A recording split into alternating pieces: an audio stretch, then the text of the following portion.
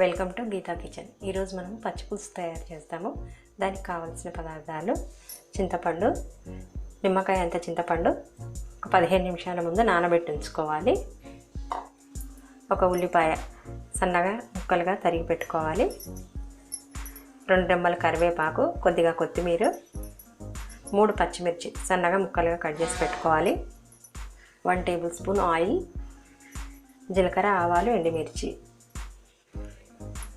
Salt 1 table spoon.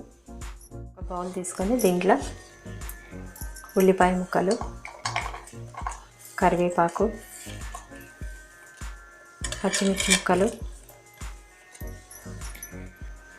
కొత్తిమీర, salt వేసుకొని కలుపుకోవాలి. గట్టిగా ఇట్లా పిసుకుంటూ కలుపుకోవాలి.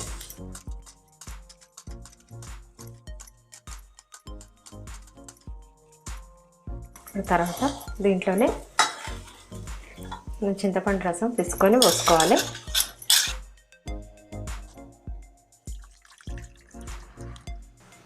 చింతపండు పులుపు పోయేంత వరకు ఇట్లా నీళ్ళు పోసుకొని పిసుకొని వేసుకోవాలంట వాటర్.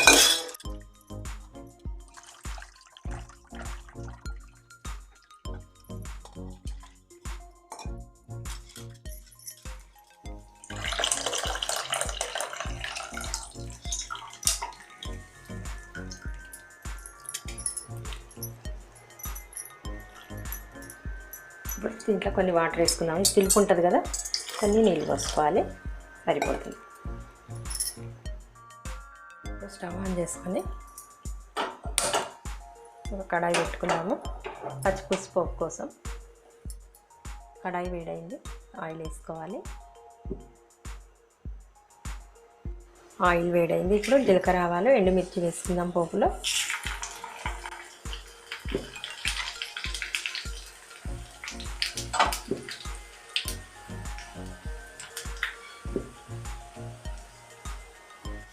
ఇప్పుడు దీంట్లో కరివేపాకు వేసుకోవాలి.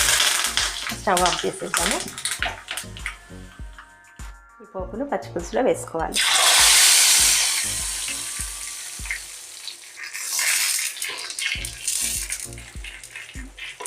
అంతే, పచ్చి పులుసు రెడీ అయింది. ఇది పప్పులోకి చాలా టేస్ట్గా ఉంటుంది పచ్చి పులుసు. ఈ వీడియో మీకు నచ్చినట్టయితే లైక్ చేయండి, షేర్ చేయండి, కామెంట్ చేయండి. సబ్స్క్రైబ్ చేయని వాళ్ళు ఉంటే సబ్స్క్రైబ్ చేసుకోండి.